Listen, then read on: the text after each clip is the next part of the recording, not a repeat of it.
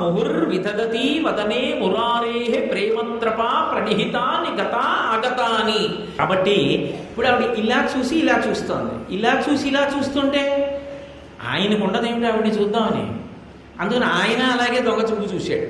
చూడ్డంలో ఈవిడ చూస్తోందన్న విషయం ఆయన చూసేశాడన్న విషయం ఈవిడ తెలుసుకుని ఈవిడ బుగ్గలెరబడిపోయాయి. ముగ్ధా, అమ్మా నీ చూపులు ఇలా వెళ్ళి ఇలా వస్తుంటే అవి మాల కింద ఉన్నాయమ్మా, మాల చేత విష్ణువు అలంకృతుడయ్యాడు.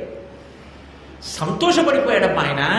ఆయన సంతోషానికి కూడా కారణం ఎవరంటే శ్రీ, ఆమె అంత గొప్ప తల్లి. శంకర భగవత్పాదులు ఒక్క శ్లోక రచన చేశారంటే అబ్బో ఏమి గంభీర్యం అండి అయింది. అందులో ఒక చమత్కారం ఉంటుంది. ఇది షట్పది కదూ. షట్పది అంటే 6 కాళ్ళు ఉన్నది. ఏది 6 కాళ్ళు ఉన్నది? తుమ్మెద. శంకరాచార్యుల వారు ఏ షట్పది గురించి మాట్లాడుతున్నారు? మనోషట్పది. మన మనసు షట్పది. పంచేంద్రియములు మనస్సు అనబడేటటువంటి 6 కాళ్లతో మన జీవుడు భగవంతుని మీద నిలబడాలి. వెళ్ళి ఆయనలోని మకరందాన్ని గ్రోలాలి. ఆ దివ్యత్వం అన్న మకరందాన్ని గ్రోలాలి. అంటే ఇప్పుడు మనసుతో చూడాలి, వెళ్ళి వాలాలి. తుమ్మెద ఎక్కడ వాలి లాగుతుంది మకరందాన్ని? పద్మం మీద వాలి లాక్కుంటుంది. ఇప్పుడు ఏ అరవిందం మీద వాలాలి? ఏ భగవంతుని యొక్క ఏ అవయవమైనా కూడా అరవిందమే, పద్మమే. నయనారవిందం, భుజారవిందం, హస్తారవిందం, పాదారవిందం అన్నీ అరవిందాలే. కానీ ఏ అరవిందం గురించి మాట్లాడుతున్నారు? పాదారవిందం. భక్తుడైన వాడు మొట్టమొదట ఎటు చూస్తామంటే భగవంతుని యొక్క పాదముల వంక చూస్తాం.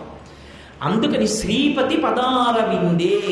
ఇది చెప్తున్నప్పుడు శంకరాచార్యుల వారి దగ్గర ఉన్న గొప్పతనం ఎక్కడుందంటే ఒక్క విష్ణువు పాదాలు చెప్పలేదు. శ్రీపతి, లక్ష్మీనారాయణులు ఇద్దరినీ చెప్పారు. శ్రీ అనగానే లక్ష్మీ కదా, పతి అంటే నారాయణుడు, శ్రీపతి. అలా ఎందుకు చెప్పడం? ఒక్క విష్ణోహో అన్నట్టు ఒక్క పుంస్వరూపం చెప్తే సరిపోదా? సరిపోదు. ఎందుకంటే సనాతన ధర్మంలో ఒక సంప్రదాయం ఉంది. పక్కన అమ్మవారు లేనటువంటి మూర్తి భగవత్ పూజగా ఉపాసనకి యోగ్యత పొందడు. అందుకే మనం ఎప్పుడు ఉపాసన చేసినా అమ్మవారితో కలిసి ఉన్నటువంటి మూర్తినే ఉపాసన చేస్తాం. అయ్యప్ప ఉన్నారనుకోండి, బాహ్యంలో అయ్యప్పకి పక్కన దేవేరులు ఉండరు.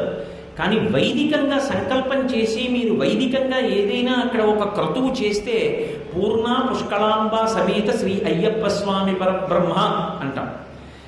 ఇద్దరు భార్యల్ని సూచిస్తారు. ఉపాసన యందు పక్కన భార్యని సూచించి చెప్తే తప్ప ఉపాసనకి యోగ్యత ఉండదు. అందుకే ఇప్పుడు ఉపాసన చెయ్యాలి అంటే మనసు వెళ్ళి అక్కడ నిలబడాలి. బాహ్యమునందు ఆంతరమునందు సేవించాలి అంటే అమ్మవారితో కలిసి ఉన్న మూర్తిని చెయ్యాలి. అందుకని శ్రీపతి పదారవిందే. ఆ శ్రీ గురించి మీరు ఆలోచించగానే మీ యందు కూడా లక్ష్మీ కటాక్షం అవ్వాలి. అసలు ఆవిడ అనుగ్రహం కలిగితే విష్ణువు వైపుకి వెడతాం.